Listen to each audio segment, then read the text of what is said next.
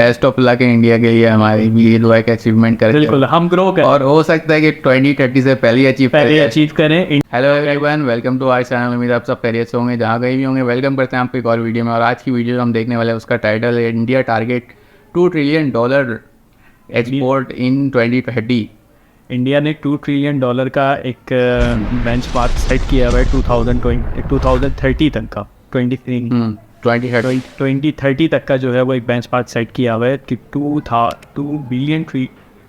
Trillion dollars की जो है वो एक्सपोर्ट इंडिया में करने वाला है। ज़बरदस्त। लेकिन इस वक्त चूंकि इंडिया मौजूद है सिर्फ और सिर्फ $700 बिलियन की ट्रेड पे, $700 बिलियन के एक्सपोर्ट पे, तो इतना बड़ा और इतना ह्यूज जो बेंचमार्क है, इतना ह्यूज जो गैप है, उसको इंडिया कैसे कवर करेगा, आइए इस वीडियो आज की वीडियो में देखेंगे।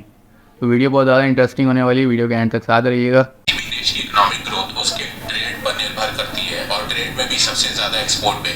जिस देश का एक्सपोर्ट ज्यादा होता है वो देश बहुत तेजी से ग्रो करता है। भारत की ट्रेड की बात करी जाए तो भारत हमेशा से इंपोर्ट ज्यादा करता है और एक्सपोर्ट कम करता है। पर पिछले कुछ सालों से भारत अपने एक्सपोर्ट को बढ़ाने में बहुत ध्यान दे रहा है। जहां 2014 में भारत ने टोटल $470 बिलियन का एक्सपोर्ट किया था, वहीं 2022 में भारत ने रिकॉर्ड $770 बिलियन का एक्सपोर्ट किया। इसके अलावा भारत सरकार ने 2030 तक $2 ट्रिलियन के एक्सपोर्ट का टारगेट सेट किया है। अब भारत ये टारगेट कैसे हासिल करेगा ये जानते हैं। तो नमस्कार दोस्तों, स्वागत करते हैं आपका चार्जिंग पॉइंट हिंदी में। दोस्तों, आज की इस वीडियो में हम बात करेंगे भारत के एक्सपोर्ट के बारे में, तो जानने के लिए जुड़े रहिए आप इस वीडियो के साथ। देखो, एक्सपोर्ट बेसिकली दो तरीके के होते हैं। एक होता है मर्चेंडाइज एक्सपोर्ट, जिन प्रोडक्ट को हम छू सकते हैं, और एक होता है सर्विस एक्सपोर्ट, जैसे कि IT, banking, tourism, insurance etcetera.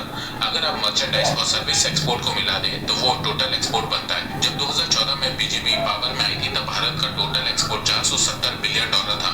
2021 में यह बढ़ के $670 बिलियन पहुंच गया था, और 2022 में भारत ने रिकॉर्ड 760 से $770 बिलियन के बीच में एक्सपोर्ट किया है। आइए आप जानते हैं कि ग्लोबल लेवल पे एक्सपोर्ट के मामले में इस समय भारत कहां पे खड़ा है। एक्सपोर्ट के मामले में चाइना नंबर 1 है। 2022 में चाइना ने $3.5 ट्रिलियन का एक्सपोर्ट कर दिया था। जितनी भारत की GDP है उतना चाइना ने एक साल में एक्सपोर्ट कर दिया था। चाइना के बाद दूसरे नंबर पे यूएस है। 2022 में यूएस ने $3 ट्रिलियन का एक्सपोर्ट किया था, जिसमें से मर्चेंडाइज एक्सपोर्ट $2.08 ट्रिलियन था और सर्विस एक्सपोर्ट $924 बिलियन था। अगर मर्चेंडाइज एक्सपोर्ट के मामले में चाइना नंबर 1 देश है तो सर्विस एक्सपोर्ट के मामले में यूएसए नंबर 1 देश है। थर्ड नंबर पे जर्मनी है, जिसने 2022 में टोटल $2.3 ट्रिलियन का एक्सपोर्ट किया है। फोर्थ पोजीशन पे यूके है, जिसने 2022 में $1 ट्रिलियन का एक्सपोर्ट किया है। फिफ्थ रैंक पे जापान है, जिसने 2022 में टोटल $980 बिलियन का एक्सपोर्ट किया है। सिक्स्थ रैंक पे फ्रांस है, जिसने 2022 में टोटल $970 बिलियन का एक्सपोर्ट किया है। सेवेंथ रैंक पे नीदरलैंड है, जिसने 2022 में टोटल $920 बिलियन का एक्सपोर्ट किया है। एट पोजीशन पे साउथ कोरिया है, जिसने 2022 में टोटल $860 बिलियन का एक्सपोर्ट किया है। नाइन्थ रैंक पे सिंगापुर है, जिसने 2022 में टोटल $830 बिलियन का एक्सपोर्ट किया। और 10th रैंक पे भारत है, जिसने 2022 में 760 से 770 बिलियन के बीच में एक्सपोर्ट किया है। मैं यहाँ पे टोटल एक्सपोर्ट मतलब कि मर्चेंडाइज और सर्विस एक्सपोर्ट दोनों को मिला के बात कर रहा हूँ। पिछले साल के मुकाबले इस साल भारत का एक्सपोर्ट बहुत तेजी से बढ़ा है, जिसके चलते भारत ने एक्सपोर्ट के मामले में इटली और हांगकांग को हरा दिया है। इटली का भी एक्सपोर्ट बढ़ा है, पर भारत जितना नहीं बढ़ा है। वहीं हांगकांग का एक्सपोर्ट 2022 में कम हुआ है। तो देखा जाए इस समय भारत टॉप 10 एक्सपोर्टर कंट्री की लिस्ट में आ चुका है। वैसे रैंकिंग में थोड़ा ऊपर नीचे हो सकता है, क्योंकि बहुत सी ऑर्गेनाइजेशन अपने हिसाब से देशों के एक्सपोर्ट को मेजर करती है। वैसे एक चीज मैं आपको बता दूं कि विकिपीडिया में थोड़ी मिस्टेक हुई है। विकिपीडिया में दिख रहा है कि Bharat 4th largest exporter country बन गया है। तो देखो, ये डाटा सही नहीं है, क्योंकि एक तो बाकी देशों का डाटा 2021 का है, 2022 का अपडेट नहीं हुआ है। इसके अलावा ये रैंकिंग मर्चेंडाइज एक्सपोर्ट की है, टोटल एक्सपोर्ट की नहीं है। तो इस रैंकिंग को देख के कोई गलतफहमी आप लोग मत मान लीजिएगा, क्योंकि अभी ये फ्यूचर में और अपडेट होगी। वैसे जिस तरह भारत ने एक्सपोर्ट में रिकॉर्ड बनाया है, उसी तरह भारत ने इंपोर्ट में भी रिकॉर्ड बनाया है। माना जा रहा है कि फाइनेंशियल ईयर 2022-23 में भारत ने रिकॉर्ड 880 से 890 बिलियन के बीच में इंपोर्ट किया है। भारत ने अप्रैल 2022 से फरवरी 2023 के बीच में 817 बिलियन का इंपोर्ट किया है। भारत हर महीने 60 से 65 बिलियन के बीच में इंपोर्ट करता है। तो इसके चलते अनुमान लगाया गया है कि भारत ने फाइनेंशियल ईयर 2022-23 में 880 से 890 बिलियन के बीच में इंपोर्ट किया है, जिसके चलते भारत का ट्रेड डेफिसिट 120 से 130 बिलियन के बीच होने वाला है। 2021 में भारत का ट्रेड डेफिसिट 87 बिलियन था, जो कि उस समय ऑल टाइम हाई था। पर इस साल भारत ने फिर से ट्रेड डेफिसिट में एक न्यू रिकॉर्ड बनाया है। भारत के इंपोर्ट बिल बढ़ने की सबसे बड़ी वजह है crude oil. Russia Ukraine war के चलते इंटरनेशनल लेवल पे क्रूड ऑयल की प्राइस $110 से $120 पर बैरल तक पहुंच गई थी। तो क्रूड ऑयल की प्राइस बढ़ने से भारत का इंपोर्ट बिल भी बढ़ा है। भारत 80 से 85% क्रूड ऑयल इंपोर्ट करता है। 2021 में भारत ने $120 बिलियन का क्रूड ऑयल इंपोर्ट किया था। 2022 में ये बढ़ के $210 बिलियन हो गया है। भारत का क्रूड ऑयल का इंपोर्ट 53% बढ़ा है। रशिया से क्रूड ऑयल लेने के बावजूद भारत का क्रूड ऑयल का बिल इतना ज्यादा आया है। सोचो अगर भारत रशिया से डिस्काउंटेड रेट पे क्रूड ऑयल नहीं लेता तो ये अमाउंट आराम से $300 बिलियन को क्रॉस कर जाता। इसके अलावा भारत ने इस साल रिकॉर्ड $51 बिलियन का कोल का भी इंपोर्ट किया है, जिसके चलते भारत का ट्रेड डेफिसिट बढ़ा है। वैसे मैं आपको एक बात बता दूं कि 2022 में सिर्फ भारत का ट्रेड डेफिसिट नहीं बढ़ा है, रशिया यूक्रेन कॉन्फ्लिक्ट के चलते कई देशों का ट्रेड डेफिसिट बढ़ा है। यूएस का ट्रेड डेफिसिट रिकॉर्ड $1 ट्रिलियन पहुंच गया है। जी हाँ, $1 ट्रिलियन। इसी तरह यूके का ट्रेड डेफिसिट रिकॉर्ड $102 बिलियन पहुंच गया है। फ्रांस का ट्रेड डेफिसिट $178 बिलियन पहुंच गया है। वर्ल्ड वॉर 2 के बाद फ्रांस का ट्रेड डेफिसिट इतना ज्यादा बढ़ा है। इसके अलावा जापान का ट्रेड डेफिसिट रिकॉर्ड $150 बिलियन पहुंच गया है। साउथ कोरिया का ट्रेड डेफिसिट रिकॉर्ड $47.5 बिलियन पहुंच गया है। तो देखा जाए रशिया यूक्रेन वॉर ने सिर्फ भारत का ट्रेड डेफिसिट नहीं बढ़ा है, दुनिया भर के ज्यादातर देशों का ट्रेड डेफिसिट बढ़ा है। पर देखो इसमें ज्यादा घबराने की बात नहीं है, क्योंकि इस साल उम्मीद है कि भारत का ट्रेड डेफिसिट कम होगा, क्योंकि क्रूड ऑयल की प्राइस वापस से कम हो चुकी है। इसके अलावा भारत की ग्रोथ भी ठीक ठाक है और भारत अपने यहाँ time to time economic reform भी ले रहा है, इंफ्रास्ट्रक्चर में इन्वेस्ट भी कर रहा है, जिसके चलते भारत का एक्सपोर्ट भी बढ़ रहा है। प्रॉब्लम तब होती जब भारत का एक्सपोर्ट नहीं बढ़ता और इम्पोर्ट बढ़ने लगता है। तो भारत के एक्सपोर्ट को बढ़ाने के लिए भारत सरकार बहुत ज्यादा मेहनत कर रही है। 2014 में भारत का टोटल एक्सपोर्ट $470 बिलियन था, जो 2022 में बढ़ के $770 बिलियन हो गया है। आने वाले 7 सालों में भारत सरकार भारत के एक्सपोर्ट को $2 ट्रिलियन तक ले जाना चाहती है और इसके लिए भारत सरकार ने फॉरेन ट्रेड पॉलिसी 2023 लॉन्च की है। Considering the size of our economy and our potential, manufacturing and service industry base, there is a huge potential for exports to grow. At a time when the countries on the Atmanirbhar Bharat mission, one of its goals is also to increase India's share in the global supply chain and in exports. Many प्रधानमंत्री जी कभी छोटा सोच तो रखते ही नहीं, उनकी जो सोच है वो ऑलवेज बड़ी छलांग लगाने की सोच रहती है। मैंने भी कई बार अधिकारियों से भी बात करते हुए, आप लोग से भी बात करते हुए विषय रखा है, it is better to aim high and miss than to aim low and to hit. And of course, what can be better than to aim high and achieve it. Bharat सरकार हर 5 सालों में ये पॉलिसी को अपडेट करती है। पिछली बार 2015 में इस पॉलिसी को अपडेट किया गया था।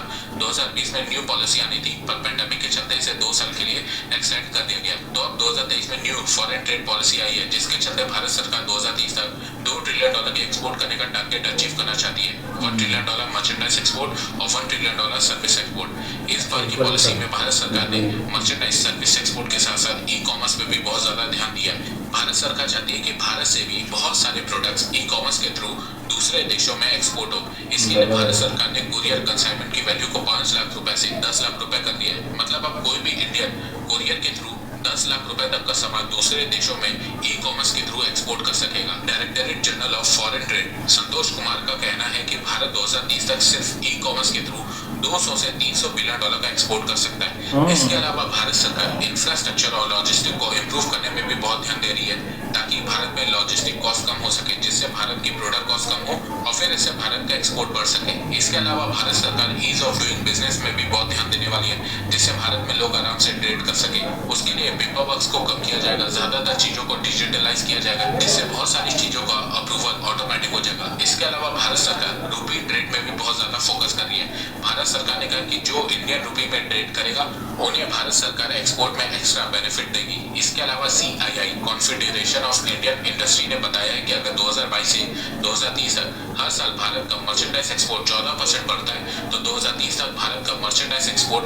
$1 ट्रिलियन को टच कर लेगा। वहीं भारत का सर्विस एक्सपोर्ट 2022 से 2030 तक हर साल 16% बढ़ता है, तो 2030 तक भारत का सर्विस एक्सपोर्ट $1 ट्रिलियन को टच कर लेगा। तो 2030 तक भारत का टोटल एक्सपोर्ट $2 ट्रिलियन तक पहुंच जाएगा। सर्विस एक्सपोर्ट करने के लिए भारत को ज्यादा प्रॉब्लम नहीं होगी, क्योंकि भारत का IT सेक्टर बहुत ज़्यादा स्ट्रॉन्ग है। इसके अलावा सर्विस रिलेटेड वर्क में भी भारत बहुत आगे है। भारत से बहुत से इंजीनियर्स, डॉक्टर्स और प्रोफेशनल वर्ल्ड टॉप कंपनीज में काम करते हैं। इसके अलावा भारत के IT और सर्विस सेक्टर में बहुत ज़्यादा स्टार्टअप ओपन हो रहे हैं जो 2030 तक इंडियन इकोनॉमी में बहुत ज़्यादा कंट्रीब्यूट करेंगे। तो 2030 तक भारत का सर्विस एक्सपोर्ट आराम से $1 ट्रिलियन को टच कर लेगा। पर दिक्कत मर्चेंडाइज एक्सपोर्ट में होगी क्योंकि भारत मैन्युफैक्चरिंग में अभी भी उतना अच्छा नहीं है। तो 2030 तक $1 ट्रिलियन मर्चेंडाइज एक्सपोर्ट करने का टारगेट पाने के लिए CII ने एक रोड मैप तैयार किया है। अगर भारत सरकार इस रोड मैप के हिसाब से काम करती है तो 2030 तक भारत का मर्चेंडाइज एक्सपोर्ट $1 ट्रिलियन को टच कर लेगा। अब रोड मैप में क्या क्या पॉइंट्स है एक एक करके बताता हूँ। सबसे पहले भारत के लिए नीड ऑफ द आवर ये है कि वो ग्लोबल वैल्यू चेन से इंटीग्रेट हो और जितना हो सके उतना FDI को अट्रैक्ट करने की कोशिश करें। मतलब भारत को ग्लोबल कंपनीज को अट्रैक्ट करना होगा जिससे ये कंपनीज भारत में इन्वेस्ट करेंगी, मैन्युफैक्चरिंग प्लांट खोलेंगी, इंडियन कंपनीज के साथ कोलैबोरेट करेंगी। इससे भारत के एक्सपोर्ट बढ़ेंगे। अभी हाल ही में ये रिपोर्ट आई है कि एप्पल ने भारत से 20,000 करोड़ रुपए का आईफोन एक्सपोर्ट किया है। इसी तरह भारत को और ग्लोबल कंपनीज को अट्रैक्ट करना होगा जिससे भारत का एक्सपोर्ट बढ़ सके। इसके अलावा भारत को लॉजिस्टिक को इम्प्रूव करना होगा जिससे भारत में लॉजिस्टिक कॉस्ट कम हो सके। भारत में भी प्रोडक्ट बहुत सस्ते बनते हैं पर ट्रैवल कॉस्ट इतनी महंगी होती है कि फाइनल प्रोडक्ट की प्राइस बहुत ज्यादा हो जाती है जिससे वो प्रोडक्ट मार्केट में कॉम्पिटेटिव नहीं रह जाता है। तो भारत सरकार को इंफ्रास्ट्रक्चर को और स्ट्रॉन्ग बनाना होगा जिससे भारत में लॉजिस्टिक कॉस्ट कम हो सके। इसके अलावा भारत को स्पेशल इकोनॉमिक जोन बनाने होंगे जिससे भारत में मैन्युफैक्चरिंग बढ़ सके। इसके अलावा भारत को अपने एक्सपोर्ट को बढ़ाने के लिए न्यू मार्केट कैप्चर करना होगा। भारत के एक्सपोर्ट को बढ़ाने के लिए PLI स्कीम भी बहुत हेल्प करेगी। अब तक भारत सरकार ने 13 सेक्टर्स में PLI स्कीम को लॉन्च किया है। फ्यूचर में भारत सरकार को PLI स्कीम को और बेटर करना होगा और बाकी सेक्टर्स में भी इम्प्लीमेंट करना होगा जिससे भारत का मैन्युफैक्चरिंग सेक्टर बूस्ट होगा, फिर उससे भारत का एक्सपोर्ट भी बढ़ेगा। इसके अलावा एक्सपोर्ट को बढ़ाने के लिए भारत को कई देशों के साथ FTA free trade agreement sign करना होगा और ऐसा FTA साइन करना होगा जिससे भारत को फायदा होगा। जैसे कि भारत ने UAE के साथ FTA साइन किया है जिससे भारत को फायदा हो रहा है। इसी तरह भारत को यूरोपियन यूनियन के साथ UK के साथ FTA साइन करना होगा।